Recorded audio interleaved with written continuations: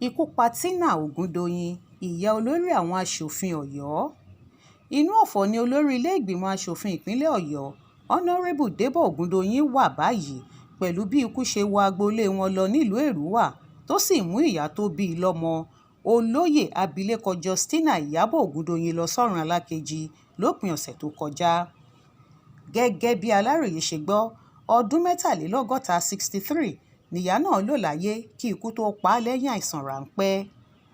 Olóògbé Justina ni wọ́n pè ní ìyàwó kẹrin fún pàràkòyí oníṣòwò ìlú Èrúwà nì, olóyè Adéṣeun Ògúndoyin, ẹni tí òun náà ti kú láti bí ọdún mélòó kan sẹ́yìn.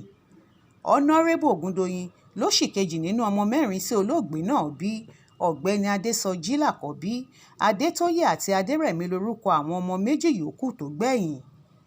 Títí tọ́lọ́jọ́ fi dé, obìnrin oníṣòwò yìí ni ìyálọ́jà gbogbo ilẹ̀ Ìbàràpá ní ìpínlẹ̀ Ọ̀yọ́. Nígbà tó ń kéde ikú ìyá rẹ̀ lórí ẹ̀rọ ayélujára, Honorébù Ògúndoyin ṣàpèjúwe ikú obìnrin náà gẹ́gẹ́ bí àdánù ńlá fún gbogbo ìdílé wọn. Gẹ́gẹ́ bó ṣe sọ, nǹkan ìbànújẹ́ ńlá ni ikú ìyá mi jẹ́, nítorí bí wọ́n ṣe jẹ́ ẹni rere lójú àwa ọmọ wọn àti ìdílé wa ni wọ́n jẹ́ ẹni tí ọ̀pọ̀ èèyàn máa ń fẹ́ràn dáadáa nítorí ẹlẹ́yinjú àánú ni wọ́n. Àdúrà mi ni pé kí Ọlọ́run ṣe ikú ní ìsinmi fún màmá, kó sì ṣọ́ àwa tí wọ́n fi sáyé lọ, ká pẹ́ láyé ká má fi ọjọ́ ọlọ́jọ́ lọ.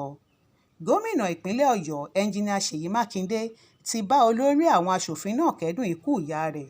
Nínú àtẹ̀jáde tó fi ṣọwọ́ sáwọn oníròyìn nípasẹ̀ ọ̀gbẹ́ni Táíwò Àdìsá tí í ṣe akọ̀wé ìròyìn rẹ̀, gómìnà Mákindé ṣàpèjúwe ìpapòdà ìyá ọ̀gá àwọn ọ̀nàrẹ́bù ìpínlẹ̀ yìí gẹ́gẹ́ bí àdánù fún ìpínlẹ̀ Ọ̀yọ́. Lára àwọn tó tún ti ránṣẹ́ ìbánikẹ́dùn sí ọmọ olóògbé náà ni ẹgbẹ́ àwọn aṣojúkọ̀ròyìn nílé ìgbìmọ̀ aṣòfin ìpínlẹ̀ Ọ̀yọ́ lábẹ́ alákòóso Ọládàpọ̀ Ìbíkúnlé. Ọláwálé Àjàó ló ṣe àkójọpọ̀ ìròyìn yìí fún Aláròyé Online Television.